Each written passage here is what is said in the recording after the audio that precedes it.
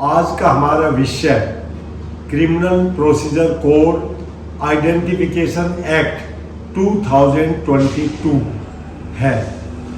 यह एक ऐसा विषय है जो हर लॉ स्टूडेंट को और सभी एडवोकेट्स को और सभी उन स्टूडेंट्स को जो जुडिशरी की तैयारी करते हैं जानना चाहिए। क्रिमिनल लॉ एक बहुत ही इंपॉर्टेंट सब्जेक्ट है और इसके ऊपर एक दूसरा एक्ट, जैसा कि हम सभी जानते हैं कि हमारे पास क्रिमिनल प्रोसीजर कोड 1974 है, इंडियन पिनल कोड 1860 है।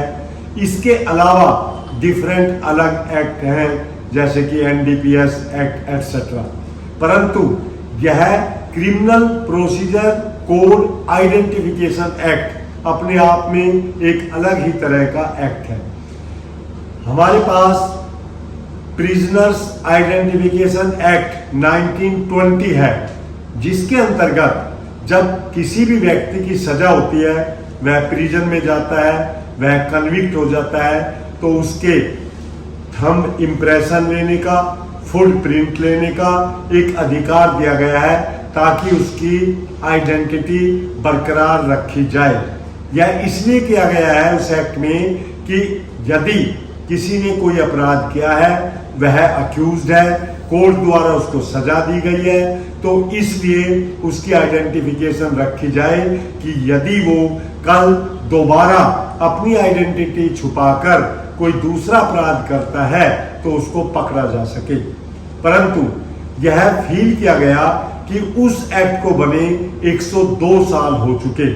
इस दौरान बहुत सी डेवलपमेंट्स हुई, जैसे कि मोबाइल फोन का आना, कंप्यूटर्स का डेवलप होना, कॉन्स्टिट्यूशनल अमेंडमेंट होना, different type of amendments in different law में होना। इन सभी को देखते हुए यह फील किया गया कि आइडेंटिफिकेशन ऑफ अक्यूज्ड या आइडेंटिफिकेशन ऑफ कन्विक्ट के बारे में भी एक दूसरा कानून बनाया जाए। अगर हम इसको सिंपल रूप से समझना चाहें, सिंपल वे से समझना चाहें, तो जैसा कि आप सभी जानते हैं कि हम हिंदी मूवी में देखते हैं कि एक व्यक्ति को मरा हुआ दिखाया जाता है और फिल्म के लास्ट में आप देखते हैं कोई वो व्यक्ति जिंदा रहता है और उसके नाम से डिफरेंट क्राइम्स किए जाते हैं कि वो तो मर चुका है और अल्टीमेटली पाया जाता है कि वो जिंदा है। इसी प्रकार किसी व्यक्ति को जिंदा दिखाया जाता है और वास्तव में वो मर चुका होता है। तो आइडेंटिफिकेशन एक बहुत ही इंपॉर्टेंट विषय है। इसी समस्या को डील करने के लिए पार्लियामेंट ने criminal procedure code identification act 2022 पास किया है। इसके दो मुख्य पहलू हैं। नंबर 1 कि इसमें आइडेंटिफिकेशन किसकी रखी जाएगी। जैसे कि पहला जो 1920 का एक्ट था, उसमें केवल प्रिजनर की, यानी कि जिसको सजा हो चुकी और जेल में गया, सिर्फ उसकी आइडेंटिटी रखी जाती थी। परंतु नए एक्ट में इसको बहुत वाइड कर दिया गया।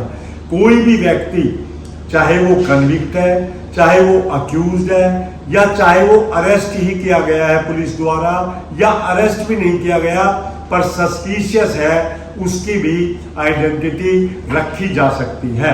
अब सवाल ये उठता है कि क्या ये आपके राइट टू प्राइवेसी, जो कि एक फंडामेंटल राइट है, आपका मौलिक अधिकार है, क्या उसका उल्लंघन है? यदि पुलिस चाहे किसी भी व्यक्ति को देखती है कि भाई ये एक सस्पेक्ट है या उसको किसी भी अपराध में, छोटे बड़े में अरेस्ट कर दिया जाता है, तो पुलिस के पास इस एक्ट के अंदर एक राइट आ जाता है कि वो इस एक्ट के अंदर उसके डाटा कलेक्ट कर सकते हैं। क्या डाटा? जैसे पहले सिर्फ 3 तरह के डाटा कलेक्ट होते थे, अब व्यक्ति के ऊपर से नीचे तक, चाहे वो उसके हेयर्स हैं, चाहे उसके आईज के सैंपल हैं, चाहे उसके आईज द्वारा आइडेंटिफिकेशन है, चाहे थंब इम्प्रेशन है, चाहे फुट इम्प्रेशन है, चाहे DNA है, एवरीथिंग पुलिस उसकी कलेक्ट कर सकती है। और कलेक्ट करके नेशनल क्राइम रिसर्च ब्यूरो के पास 75 साल तक उसको प्रिजर्व किया जा सकता है। तो ये सवाल उठता है कि इतना बड़ा अधिकार इन्वेस्टिगेटिंग एजेंसीज या पुलिस को देना कि किसी भी व्यक्ति की जो कि एक सस्पेक्ट है, मुजरिम है, अक्यूज्ड है या कन्विक्ट है, उसका इतना बड़ा डाटा, उसकी इतनी बड़ी प्राइवेसी को पुलिस लेकर और उसको प्रिजर्व कर सकती है इस एक्ट के अंदर। तो अब सवाल ये उठता है, क्या ये फंडामेंटल राइट का उल्लंघन है? क्या ये आर्टिकल 22 क्लास 3 का उल्लंघन है? क्या ये आर्टिकल 21 का उल्लंघन है? या ये एक्ट एक रीजनेबल रेस्ट्रिक्शन के अंतर्गत कॉन्स्टिट्यूशनली वैलिड है? इस बारे में हम अगले एपिसोड में बात करेंगे।